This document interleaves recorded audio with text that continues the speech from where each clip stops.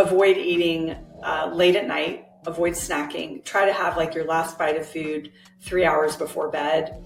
I mean, I've even tested this on myself using my Oura Ring. The longer time frame I leave between my dinner and sleep, the better my sleep scores are, the better my readiness and recovery is the next day. The sugar sort of increases your heart rate, your temperature, and when your temperature and heart rate have increased, it's not as easy to fall asleep and stay asleep. And then the alcohol piece is a big one too. Welcome to the Executive Connect podcast. Today I have Morgan Adams, MSW, a holistic sleep coach for women, to talk with us today about breaking up with insomnia. Welcome, Morgan. Thank you, Melissa. It's nice to be here with you. I'm so excited to talk about sleep and sleep solutions. You're a renowned sleep coach who specializes in helping busy people sleep so we can recover, recoup, and become our best selves next day. Can you share a little bit with our listeners about your journey into becoming a sleep coach? Sure. Well, about 15 years ago, I had pretty bad insomnia. And it was the kind of situation where I could not fall asleep. So technically sleep onset insomnia. I would lay there for like 1 to 2 hours most nights, waiting for sleep to come. It didn't come. I got very frustrated after a few months. And I decided to go to my family doctor to get some help. I was prescribed Ambien, very common sleep aid. I thought nothing of it at the time because I was a pharmaceutical sales rep. So, medications were part of my daily repertoire. So I took the Ambien and it did help me fall asleep faster, but I had a lot of residual side effects the next day. I had a lot of grogginess, a lot of brain fog. It was just really hard to kind of get going. And I continued on that trajectory for about 8 years of taking it. And then I met a guy who is now my husband. And during the early stages of us dating, he said to me in a very, kind, loving way, it kind of freaks me out when you take these sleeping pills, you kind of turn into this zombie. And I thought, wow, it's true. It was sort of my wake up call to make the move to get off the pills. What I did to get off the pills is not what I recommend other people to do. I did this without consulting my prescribing provider. And I really recommend that if you're on any medication, get with your provider, get a schedule, a system to get yourself off the pills. I just kind of cut the pills down. And fortunately for me, I was able to be successful in that endeavor. And I got off of sleeping pills and I slept pretty well for many years. And then there was a plot twist. That plot twist was something we experienced collectively, March of 2020, right when the pandemic started. We were all kind of scurrying around going, what is going on here? And I started to have trouble falling asleep again. So I got concerned because I did not want to go down that long road of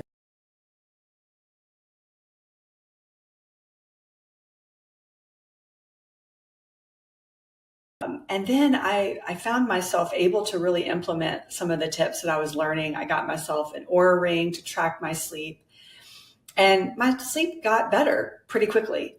So I started just sharing organically on Facebook some of the things that I was doing to help my sleep, and come to find out a lot of people in my circle during that time were struggling with their sleep, and they were saying, this is really helpful. So I got thinking, late in 2020, that I wanted to make helping people sleep better my profession. And that's really how the whole holistic sleep coach business got started. It's just, I really wanted to help other people, and particularly women, get better sleep, because I knew really at the core how foundational it was to feeling good, living a fulfilled life. So that is my journey into this whole realm of sleep. I love it. It's interesting. There's so many misconceptions about sleep. I hear a lot of times people say, "Oh, I only need 4 hours of sleep, and I'm good to go. I can fully attack my day at my best." Can you share with our listeners some common misconceptions that you hear about sleep, and maybe some truth to those misconceptions? Yeah. Well, what you shared is a misconception. The reality is we're not meant to function very well off of that amount of sleep. And quite often what people will do is they'll think that they're functioning pretty well. But when you actually sit them down in a laboratory setting with that little sleep, you will find that their functioning, their reaction time is very limited. But it's almost a similar situation to somebody who's had too many drinks and they think they're quote okay to drive. It's a similar scenario. People who've had very little sleep think they're quote okay to go out and do things. But when you test them, they're really not at their best. So you hit on one really good one. The other myth that I like to expose is I need 8 hours of sleep. So there's a lot of talk in the media. There's a lot of ads. I get shown a lot of ads because I'm a sleep coach for sleep products. And there's this sort of eight hours of sleep myth that I like to call it. And the reality is not everyone needs 8 hours of sleep. So let me explain what I mean by that. The National Sleep Foundation has recommended between 7 and 9 hours of sleep for adults 18 to 64. But when you look at the fine print in those recommendations, you'll see that anywhere between 6 and 10 hours can be appropriate for some people. So a lot of people can function just fine, with 6 hours and 45 minutes. People who are constantly striving for 8 hours maybe ending up frustrated because they can't achieve that 8 hours. I personally rarely produce 8 hours of sleep. My body doesn't really want that much sleep. I mean, it wants 7.5 hours is the sweet spot. So what really the whole point of this is everyone needs to really figure out what their own sleep need is. But it gets a little bit more complicated than that. Let me explain what I mean. So we really are starting to shift our conversation away from the number of hours from a public health standpoint. There was a recent study published just a few months ago with thousands and thousands of people that really confirmed that it was the consistency of our sleep that was a little bit more impactful than the number of hours. So in this particular study, they showed that people who slept consistently 6 hours of sleep had a basically lower mortality rate from all causes than people who slept in a regular schedule of 8 hours. So we really want to take into consideration that consistency as well as the quality. So it's a little bit more of a nuanced conversation that we need to focus in on. And I do think that public health messaging will start to shift soon about getting away from just the numbers only. Oh yeah, absolutely. I think, people say I slept 8 hours and they were up 6 times in 8 hours. Yes. Is that really quality sleep? You might have laid in the bed for 8 hours. That doesn't mean you get 8 hours of sleep if you're only sleeping for 3 of the 8, right? And I think you're spot on. Exactly. And I know a lot of times I hear that, I slept my 8 hours and I'm still tired in the morning and I still need coffee and 4 shots of espresso and all of the things to move through my day. Do you think that affects like mindset throughout the day and productivity? If you feel like you've slept 8 hours and you're waking up very tired still and you're caffeinating up and starting your day, like how does that affect people's mindsets and the way they tackle their days? Yeah, I think it has a huge effect. I think that probably most of those people are starting their day with this mindset of like, it's going to be a rotten day, like everything's going to kind of go to crap because I haven't slept very well, or I feel very groggy. The reality is that if you're getting, let's just say 8 hours of sleep, like you mentioned in this example, and you're still groggy most days, it's time to get some attention on your sleep. It's time to really like dig in and figure out why you're not feeling well on 8 hours of sleep, because you technically should be feeling better on 8 hours of sleep. And there's so many variables at play, we could go on and on, but quite often in my practice, what I'm finding is that when people are saying they have 8 hours of sleep and they're still groggy, it could be a potential sleep apnea situation, because they're having micro awakenings during the night that they're unaware of. And that's when a sleep test comes into play. And you can do those at home. You don't have to go to a lab necessarily to do them. But but definitely, people could have a very unsettling mindset about how their day is going to go if they're getting that quote 8 hours and they still feel rotten. Absolutely.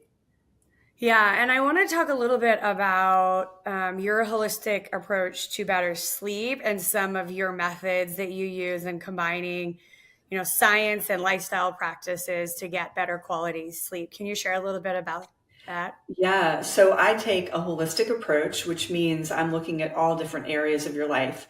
So we delve really deep. There's a lot of questions I ask my clients because I have to really get what I'm really trying to get to is the root cause of the sleep disturbances. So we're going anywhere from like looking at nutrition, movement, looking at your chronotype, whether or not you're a morning lark or a night owl. We're looking at your routines and how consistent you are, how you're setting your day up, how you're winding your day down. Those are very important too, as well as mindfulness. Quite often we have to build mindfulness into this whole equation. And there's also a technique called CBTI, which is cognitive behavioral therapy for insomnia. And that is something that has been well known as a first line treatment for insomnia since the 1980s, even more effective than sleeping pills because there's no side effects. And so what I will often do with the right client is weave some of those techniques into my practice. And, just to kind of give a little synopsis, CBTI is really helping people change their behaviors, attitudes, and beliefs around sleep. And that could mean, having being able to change their sleep and wake times, condensing their sleep quite a bit. Quite often in insomnia, we find that people are spending 10 hours in bed only to generate 7 hours of sleep. So what we'll do in situations like that is we'll kind of prescribe a 7 hour time in bed window because we know that's how much sleep they're generating. So therefore their sleep becomes deeper and more consolidated. And another thing about mindset and beliefs, quite often I'll see people coming to me with a very unhealthy sleep mindset, maladaptive thoughts and beliefs about sleep. And what we need to do is work to correct those to make them at least neutral. They may not be positive all, from the get-go, but to move them from a place of negativity to neutrality is really important.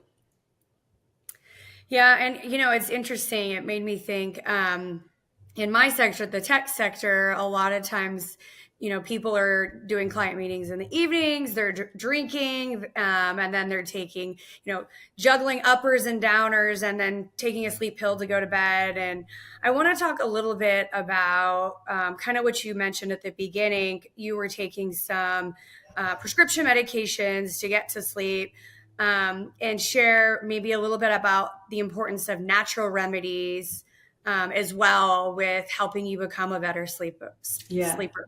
Sure. Well, in delving into the research about sleeping pills, what I discovered was that about 80% of people have residual side effects the next day, such as the ones I experienced. So that would mean, having a hard time getting up out of bed, grogginess, brain fog.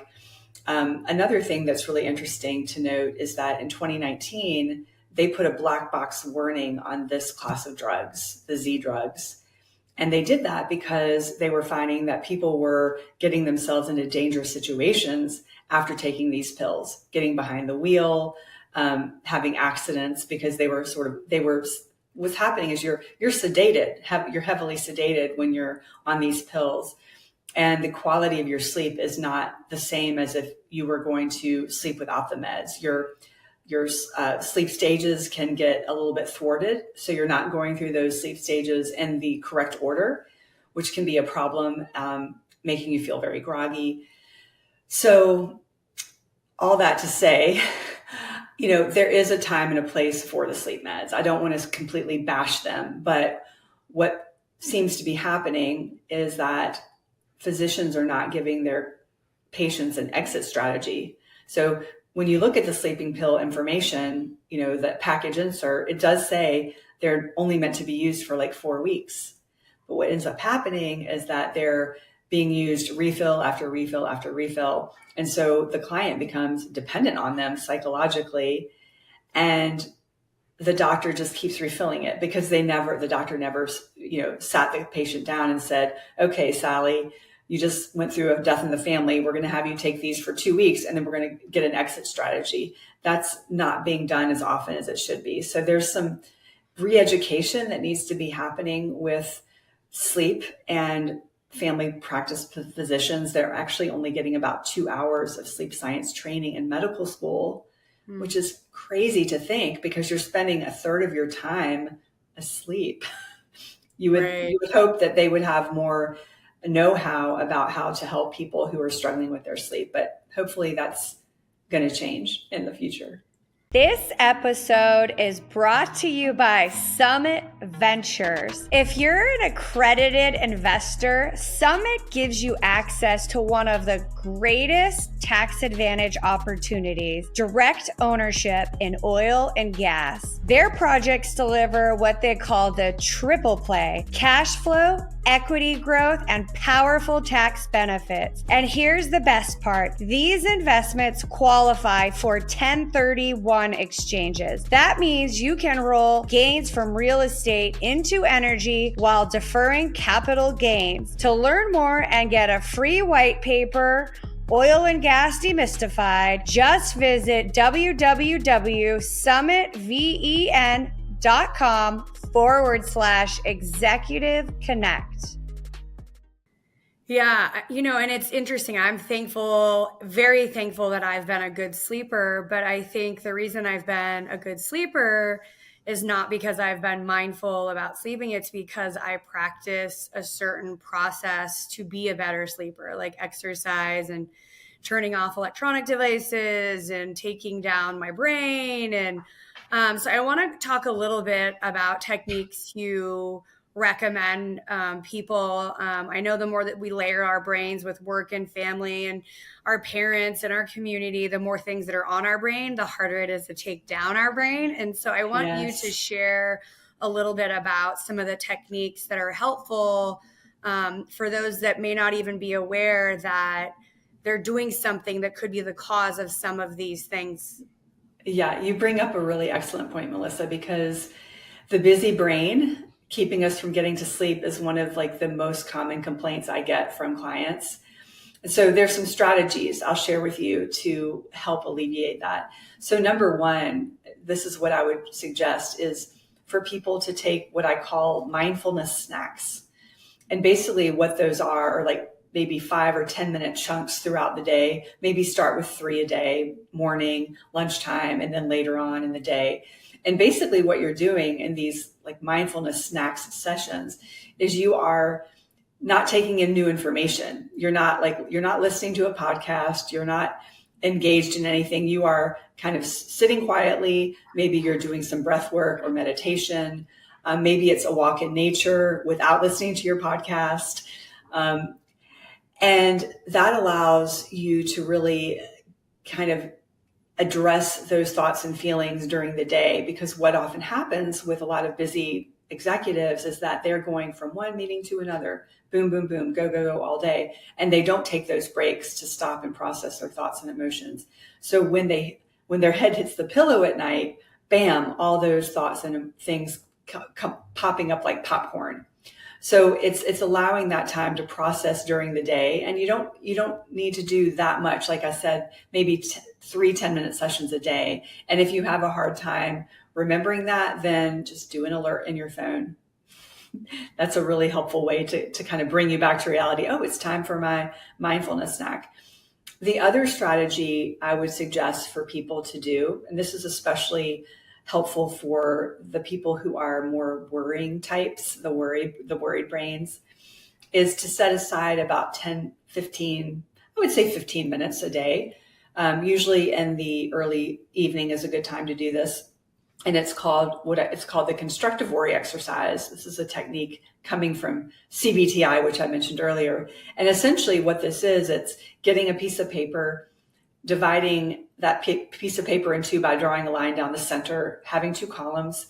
On the left-hand side column, you're writing concerns and worries. And on the right-hand side column, you're writing solutions. So essentially this is a brain dump.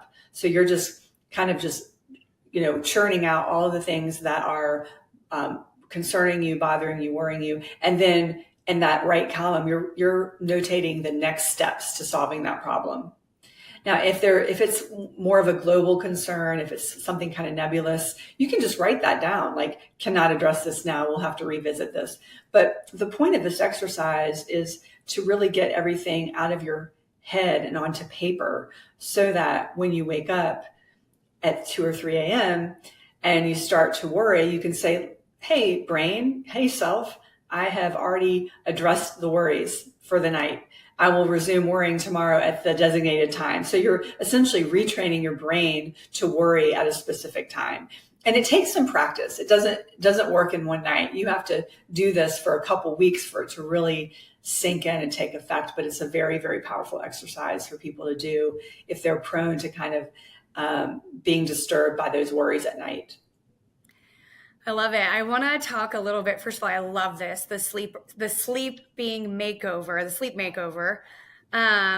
that you do, the one-on-one coaching that you do to help you get to sleep faster, stay asleep longer, and really improve your overall sleep. Can you share a little bit about that program and what you're doing to help people increase their energy and productivity in their day-to-day? Sure. So the way I work with my clients is through one-to-one sessions on Zoom. So no matter where you are, I can work with you because thankfully Zoom is such a great tool. And so I start off by taking a really deep dive into somebody's history. So it's a little bit like going to a doctor's visit. I'm delving into your health history. I'm asking you about your routines. I'm asking you about, a lot of your sleep behaviors and your attitudes, and just really trying to understand sort of your sleep landscape, if you will. And then once I've discovered, what's going on, then we start chipping away at, getting things resolved. And I really like to work in, smaller incremental bits, because if you give somebody too much all at once, it's going to be very overwhelming. So we may start smaller. We're going to touch on a whole bunch of topics. I mentioned earlier, we're going to touch on nutrition, movement, making sure that your lifestyle is matching your chronotype, making sure that your evening and morning routines are supportive of your sleep, right? That's so important. So my program is definitely not like a cookie cutter scenario. It's not like session 3, we do this. I'm kind of where you are, and everyone is so individual that for me, it's the best way to help people, because having a very structured program, I think, can not be advantageous to most people, because just meeting people where they are, I just think is so critical. So there's no, there's a roadmap, but there's not like, okay, on this session, we're going to definitely cover this. And, everyone's different. Yeah, I want to unpack what you said a little bit. Like, there is so much, like, the line down the middle with the paper, there is so much on people's brain. It seems like, I would say, like you mentioned COVID, at the beginning of COVID, I heard the word Zoom fatigue. I'm Zoom fatigued. I heard that constantly. I'm like, what is Zoom fatigued? And I didn't necessarily believe in it at the beginning of COVID. And I think my perspective has shifted a little bit since we've come out of the pandemic, in a sense that a lot of the day now we're reacting to our day. We're meeting, like you said, and in between the meetings, we're trying to catch up on email, and something happened at the kids' school, and we have all these things going on personally, professionally, and then our world is in turmoil as well. Later on, what's going on that we can't control, and I know it overall affects all of us, and we're trying to deal with it. And we process a lot at night, right? We're recovering from our day, recouping, our body's healing. And so using kind of some of the tips you said is really important for people to start practicing that when you wake up at 3 and you're like, oh my gosh, I forgot to send that email, or oh my gosh, I forgot my report's due today. And you have all these things and you're like, okay, I'll send it in the morning. And then you lay back down, and then you're up again. It's kind of like you were saying, we've got to train ourselves. And the more you train yourself, I think the more workplace productivity you will have. And so I want to talk a little bit about Once you use some of the tactics you mentioned, how it positively affects people and their roles in their workplace. Can you share a little bit about like the productivity factor of better sleep? Yeah, well, we definitely know that when you're getting better sleep, you're more productive, you're more positive. One thing that we don't talk about a lot, though, is how it affects our relationships at work. So they've done some research showing that when people are not getting good sleep, they're like 10% less more cooperative with their peers. So if you think about how many people are potentially getting bad sleep, and if you're building a team, if you're managing a team, and a lot of these people aren't sleeping well, they may not be getting along with each other, right? They may not be contributing. They may be kind of slacking off a bit. They've definitely shown studies proving that. They've also taken a look at leadership and found that when leaders are underslept, their charisma is deemed as less charismatic than if they were better slept. They've actually done these studies. So quite often in the past, I think that the tide is turning, but I think there's still a little bit out there. People in leadership would often, brag about, I pulled an all-nighter. And when you do that as a leader, you're setting the tone for a very unhealthy, unfriendly sleep environment, right? Because then the employees, the teammates think, oh gosh, I didn't pull an all-nighter. Does that mean I'm a bad person? So, and another thing is, sending emails like at 2 a.m, or way off hours. It's really important for people to realize that there's got to be some boundaries, and if you have to send an email, schedule it for work hours. So there's just so many things that leaders can do on their own level to model positive sleep behaviors. It really starts from the top. Yeah,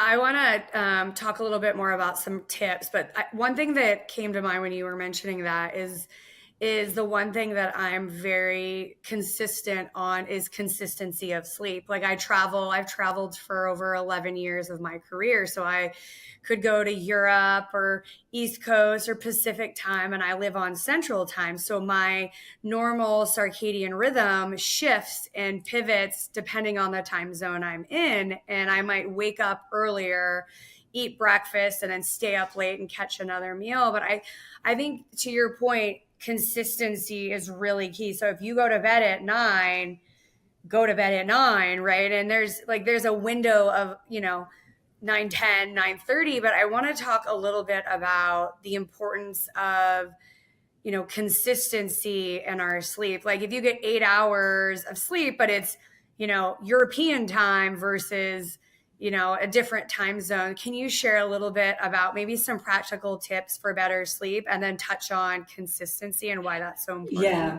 So when we talk about consistency, we really want to hone in most on our wake up time. We really want to make sure that our wake time is consistent every day. And that means the weekends too, because sometimes people are like, oh, well, that means Monday through Friday, I'm consistent. And on Saturday and Sunday, it's a free for all. Your body and brain don't know the difference between the weekday and the weekend.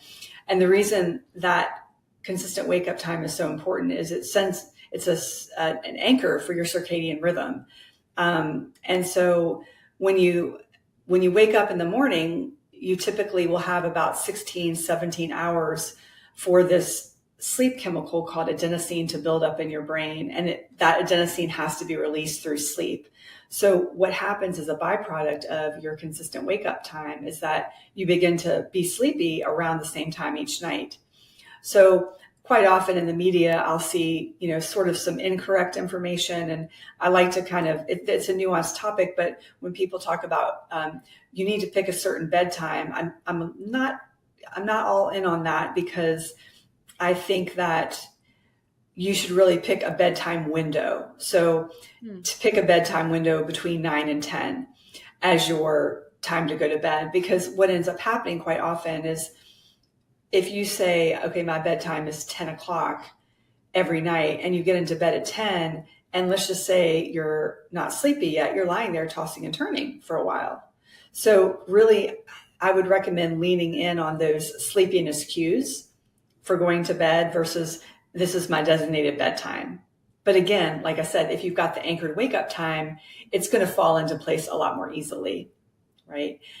Another practice that I would recommend highly, it's been working extraordinarily well for me and my clients, is getting morning sunlight.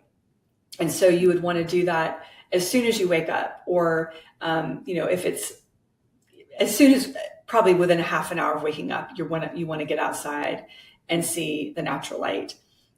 You do not want to have glasses or sunglasses on, because that can actually impede the light from getting into your eyes. So when the light hits your retina, it sends a signal to your suprachiasmatic nucleus, which is your circadian pacemaker. And from there, there's this beautiful cascade of neurotransmitters and hormones being fired off. So like any residual melatonin from the night before gets shut down, your cortisol gets boosted, your serotonin gets boosted, and your melatonin production starts to get prepared for the following night. So it's an excellent practice for getting your day going, for helping regulate your circadian rhythm.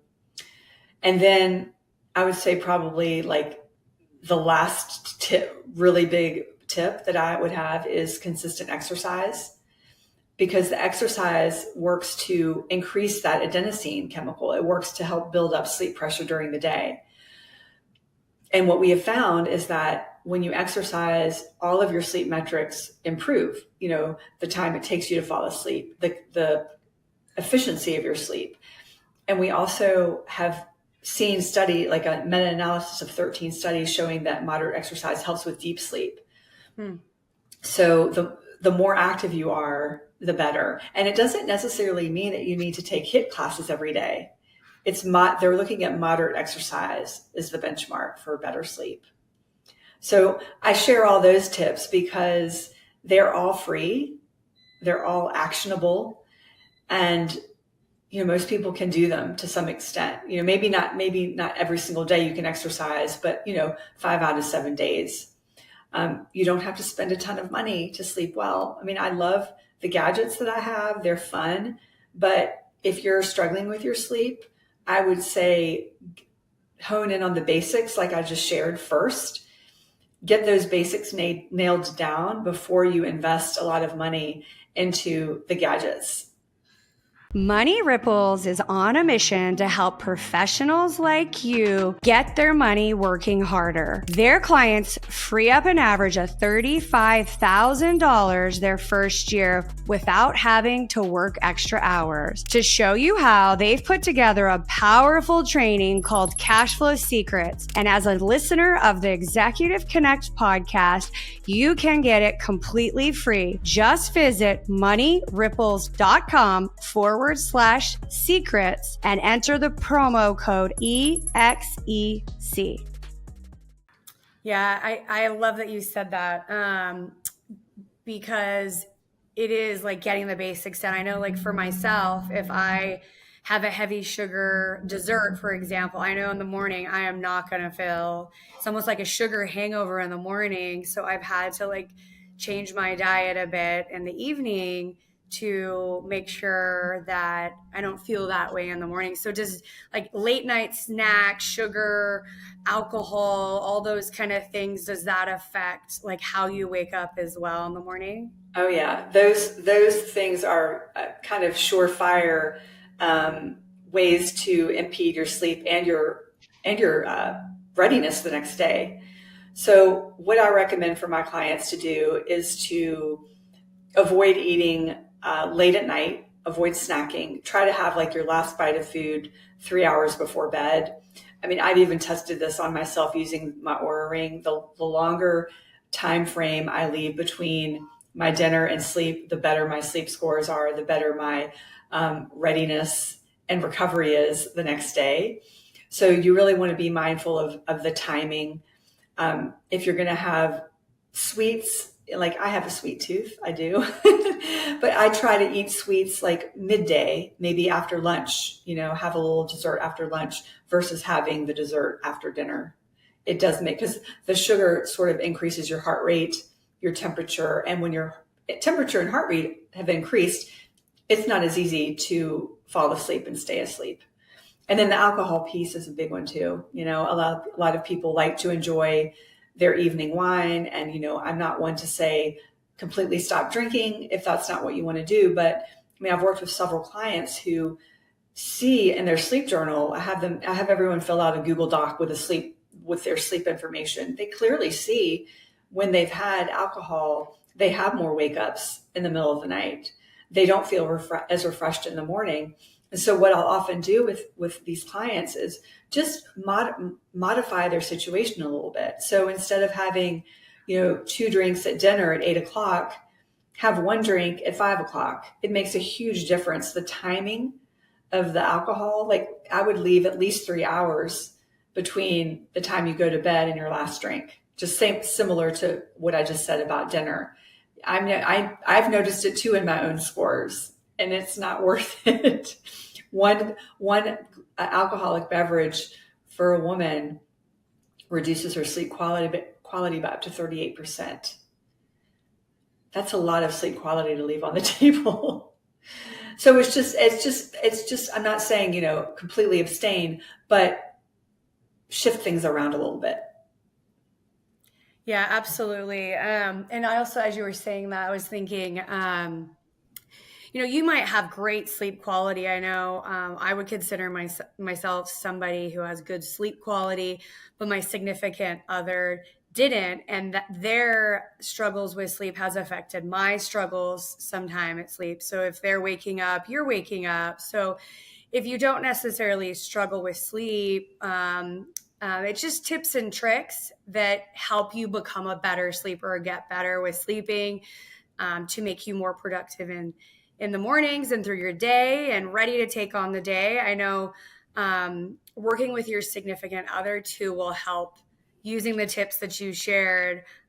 You both sleep well at night. So have you seen that happen with your clients where maybe they're a good sleeper or both of them are not great sleeper, and how it affects their scores and their sleep quality? Oh yeah, I think there's a lot of play on that. What I'm finding a lot with my female clients is that they get disturbed by their husband's snoring. And this becomes contentious at some time because, the wife is like, oh, I'm so sick of your snoring. I'm going to go to the other bedroom. And then what happens is, quote, a sleep divorce. And I hate that term, but I'll use it because everyone knows what it is. If that is you, I would recommend having a conversation that is one of, we're in this together. We have a shared problem, and let's figure it out together. The first step is to get your partner a sleep study. If somebody, like, of course, if you're being bothered by his sleep, yes, go to another bedroom if that's helping you sleep. But that's not the ultimate solution. The ultimate solution is to get to the root cause of why your partner's snoring. And the only way you can do that is to get a sleep study. So first step is the sleep study. There have been again, it's a very contentious issue. And the way that you have the conversation can really dictate the outcome, whether it's going to go well or it's not, but really presenting it as it's a shared problem that we have. We need to find a solution to it. I love that you said yeah. that too, the sleep. So I had a similar situation in my relationship where my partner was like, I sleep great. And I'm like, no, you don't sleep great. And we actually did it together and built a plan and built something that worked for him and worked for me. And we ended up agreeing on using an air purifier in our room because the white noise like drowns out the sound for me, and I sleep great now. And so I think you nailed it with finding it's both your problems to work together so you can sleep together and they can get good sleep and you can get good sleep, and what works for us might not work for others. So getting the data and the sleep study is really key. I know after I got the purifier, the noise purifier in our room, I went and got him an Aura ring. So I had the data to share with him that if he's up at 2, I'm also up at 2, and That's together right. we can look at the data of his aura ring and my aura ring, and figure out a way to make it work. And I would say, I'm happy to say, Morgan, today we both sleep great, and Um, we're working on getting better. But when you have, kids play into it too, right? So if you're a mom and your kid comes down, you're also going to be up, right? And kind right. of back and forth with your kids, getting them back upstairs, and then putting yourself back to bed. So, any final tips that we might have missed or you want to share that we may have missed? Well, I just want to reiterate the importance of doing the basics and the foundational things first before you kind of go off and start biohacking your sleep. I mean, trust me, I love the biohacking. It's great. But the foundations are often overlooked because they're not sexy, they're free. But the free stuff, like I shared, the consistent wake up time, the natural light in the morning, and exercise, you don't have to pay for those things. Those are free. So get those things mastered first. And the other thing that I would leave you with is the importance of how you talk about your sleep. So I work with a lot of clients who have a lot of sleep struggles, and the way that they talk about their sleep and what they say is very inflammatory. Saying, quote, I'm a bad sleeper or my sleep sucks. I've really been trying to move people away from that language because it really can be a self-fulfilling prophecy. So I'm not telling anyone to go and kind of do toxic positivity where like, positive poly, like I'm an excellent sleeper, but looking at it from a more realistic standpoint, instead of saying I'm a terrible sleeper, saying I'm having some challenges sleeping right now, but I'm doing the work to get things back on track. And I'm confident I'll be sleeping better within a few months. Such a different mindset message that you're giving yourself. So, and then, think about how if you have children, don't call them a bad sleeper because they may pick up on that, and that that kind of that kind of name might follow them into adulthood. So you don't want them to think they're a bad sleeper, even if they are a bad sleeper. You don't want them to kind of get that label on themselves as an adult. Yeah, absolutely. That's such sage advice to not put things in people's brain, because it is, you're right, a self-fulfilling prophecy. Morgan, thank you so much for being here and sharing your time and your knowledge with our listeners. Please connect with Morgan, find her online. You have a great test online. People can get a little more information from you about their sleeping and schedule a one-on-one with you. Do you want to share a little bit about that? Sure. So you can definitely schedule what I call a sleep clarity call with me. It's a free consultation where we'll talk about your sleep struggle and talk about sleep coaching if it's the right fit for you. If it's not the right fit, I've got a lot of referral folks that I can share with you if I'm not the right person. I also have a free mini course that people can sign up to take, and it's really to help people build better evening and morning routines for good sleep, because those are the bookends of our day and night are so critical in our getting good sleep. So you can sign up for that too. That's fantastic. Thank you so much for being here today on the Executive Connect podcast. Thank you, Melissa.